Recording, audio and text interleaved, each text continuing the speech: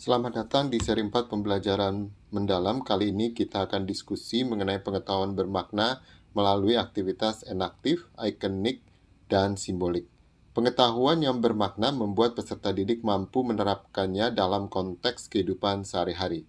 Pengetahuan tersebut dapat dikonstruksi peserta didik melalui aktivitas enaktif, ikonik, dan simbolik. Aktivitas ini pertama kali diperkenalkan oleh Brunner. Enaktif atau seringkali disebut dengan learning by doing, artinya peserta didik belajar menggunakan tangannya untuk memanipulasi benda konkret. Selanjutnya, peserta didik diajak melakukan aktivitas ikonik, artinya peserta didik belajar melalui representasi wakil konsep dalam bentuk gambar.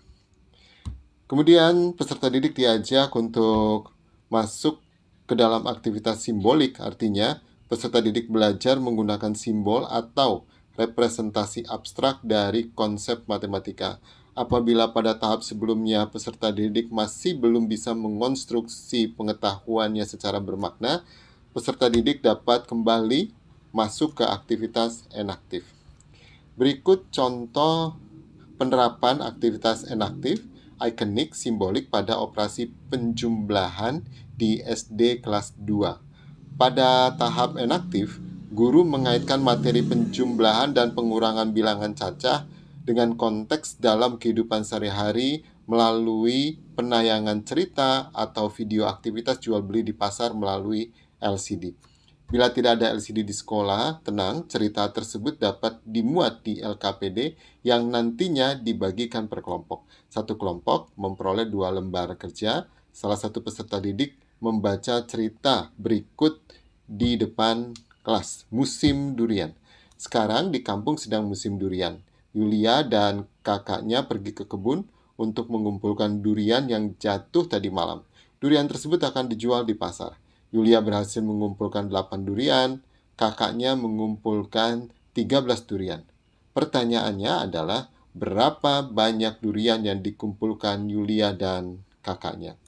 Selanjutnya, guru bertanya jawab dengan peserta didik untuk menjawab pertanyaan tersebut menggunakan media benda konkret, yaitu lidi. Berapa lidi yang diletakkan ke dalam kotak, kemudian ditambahkan berapa lidi lagi? Aktivitas ini dimaksudkan agar peserta didik memahami operasi tambah sebagai aktivitas menambahkan pada kumpulan yang sudah ada. Operasi penjumlahan dikaitkan dengan maknanya dalam kehidupan sehari-hari. Yang ketiga, peserta didik menghitung banyak lidi dalam kotak satu persatu menggunakan tangannya sambil membilang. Guru dapat meminta salah satu peserta didik maju ke depan kelas untuk mendemonstrasikan hasil tersebut. Selanjutnya, pada tahap ikonik, guru menyiapkan gambar durian yang dapat ditempel di depan kelas. Guru meminta salah satu peserta didik maju ke depan untuk menempel 8 durian Yulia dan 13 durian kakaknya di depan kelas, dan hasil penjumlahannya seperti pada gambar berikut. Kemudian peserta didik secara bersama-sama membilang banyak gambar durian yang ditempel di depan kelas. Di situ ada 8 durian, kemudian ditambah 13 durian, dan hasilnya adalah 21 durian. Hasil penjumlahan tadi dilakukan menggunakan wakil dari bilangan, yaitu gambar durian. Siswa selanjutnya diajak ke tahap simbolik, ya, dengan cara guru meminta salah satu peserta didik maju ke depan kelas untuk menuliskan operasi penjumlahan tersebut menggunakan notasi matematika tepat di bawah gambar durian-durian tersebut secara berurutan. Peserta didik menulis 8 tambah 13 sama dengan 21. Peserta didik menulis representasinya dalam bentuk simbolik. Penerapan aktivitas ini tidak selalu dimulai dari enaktif, kemudian ikonik, dan simbolik. Pada jenjang SMP, peserta didik bisa belajar mulai dari ikonik, kemudian ke simbolik. Akan tetapi, tidak berarti peserta didik SMP semuanya belajar mulai ikonik.